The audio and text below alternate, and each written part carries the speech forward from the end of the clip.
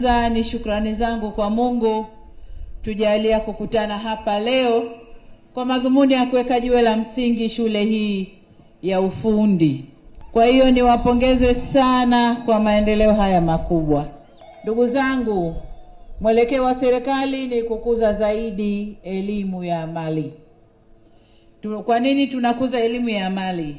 Kama mnavyojua tulikuwa na elimu yetu, lakini mtoto akimaliza kidato cha 4 anatoka hana la kufanya, anasubiri ajira. Lakini sasa tumeamua kubadilisha mwelekeo kiasi kwamba mtoto akimaliza kidato cha 4 ana ujuzi unaomfanya aweze kujiajiri au kuajiriwa. Na kwa maana hiyo ndio serikali tumeamua kujenga shule za aina hii, shule za amali, lakini pia shule za ufundi. Shule za amali ni zile zinazompa mtoto ujuzi wa kwenda kuajiriwa au kujiajiri. Shule ya ufundi inamfanya awe study, sasa anajua yeye ni bingwa katika eneo hilo. Kwa hiyo tunazijenga nyingi, na shule hii ya Itilima inawakilisha shule nyingine nyingi ambazo tumezijenga ndani ya Tanzania yote. Na leo nimeweka jiwe hili la msingi hapa Itilima kwa niaba ya zote ambazo zinaendelea na ujenzi.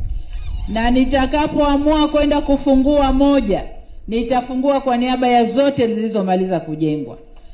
Shukrani zangu ni kwa contractor aliyepewa kazi, naona anaenda vizuri, na nimtake amalize shule hii kwa wakati, kwa sababu Januari tunategemea vijana wetu waingie hapa ili waanze masomo. Na nadhani tutaanza na wanafunzi si chini ya 300. Kwa hiyo hicho ni kiwango kikubwa. Tunamshukuru Mungu, ametupa utajiri mkubwa wa vijana ndani ya Tanzania. Sa vijana hawa tusipowajengea uwezo, tusipowapa ujuzi, uwezo wa serikali kuajiri wote haupo. Kwa hiyo ndio maana tumeamua tuwape ujuzi, wawe mafundi, waweze kujiajiri na kuajiriwa na sekta binafsi. Kwa sababu sasa hivi sekta binafsi inakuwa, Tanzania uwekezaji unakuwa. Sekta hii inataka wafanyakazi. Tusipowajenga vijana wetu na ujuzi, hizi ajira zitatoka, watu wa nje watakuja kuchukua ajira kwetu.